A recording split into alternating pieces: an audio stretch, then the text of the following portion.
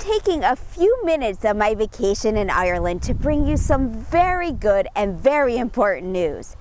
I've just spent 4 exhausting days attending a conference for food communicators in Dublin, and because my expenses were almost totally covered, I was able to stay a few extra days in Ireland to relax and unwind. I love to travel, and that's a key part of my message: the importance of adding leisure activities to our priority list. Recently, I happened to see 2 unrelated pieces of information that really tell 2 sides of an important story.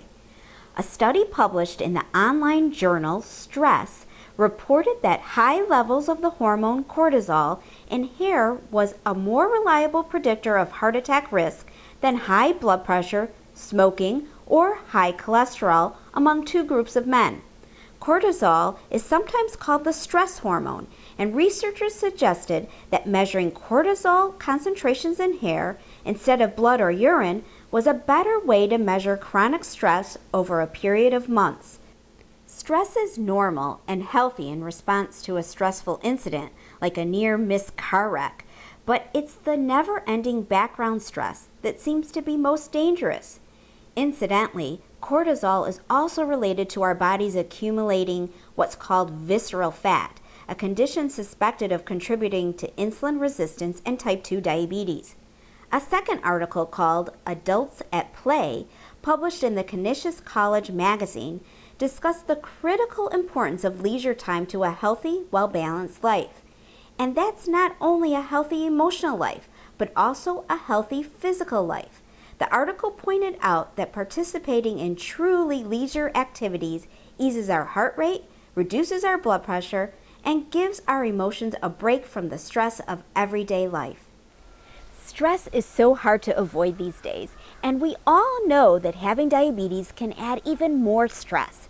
Stress impairs our ability to concentrate and make wise decisions, interferes with our attempts to make positive lifestyle changes, and plays a big role in mindless eating. For these reasons alone, stress becomes an enemy to effective diabetes management. But the actual physical effects of chronic stress appear to be significant too, and that makes this issue all the more important. Now, when you and I discuss serious emotional issues related to diabetes, like depression, I'll be sure and include an expert to help us, because I'm not one. But I want to focus this clip on leisure because I know firsthand how true relaxation can recharge your batteries.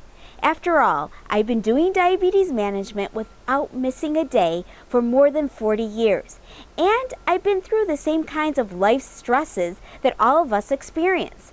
Leisure is one of my secrets to coping, and I'm strongly recommending you make it one of yours too. Making time for leisure falls under one of my 3 essential commitments to diabetes management: priority, making self-care a true priority. So what counts as leisure? That's the good news. It can be anything you do just for you that provides satisfaction, arouses interest, has a sense of escape, and most importantly is pleasurable. Anything that allows your mind to separate from the demands and stresses of everyday life. I like to travel, I may have mentioned, but traveling all the time is impractical and expensive. But I also like to create scrapbooks of my travels, and I like to garden, and I like to read. Those I can do anytime for just pennies. If you can find something you enjoy together as a family, great. If your chosen leisure involves physical activity like tennis or hiking, for instance, then you've killed 2 birds with 1 stone. Remember, it only counts as your leisure activity if it works for you. But the article from Canisius recommends trying new things just to test your interest. For some of you, it has been so long that you may have forgotten what leisure activities you once found interesting. We may never know what works best until we try several, and our capacity to participate in some activities changes with age. The key is always time. Not having the time, but making the time. And making the time is the real point here. In fact, let's call it an assignment. This is part of our commitment to make it a priority for our own self-care and understanding how important self-care can be to both our mental and physical health, including a pursuit of leisure, can help us overcome the guilt that we're taking valuable time away from something or someone else.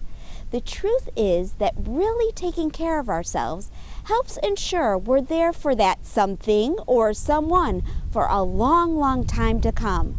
For me, it's back to my travels on the Emerald Isle. Thanks for watching.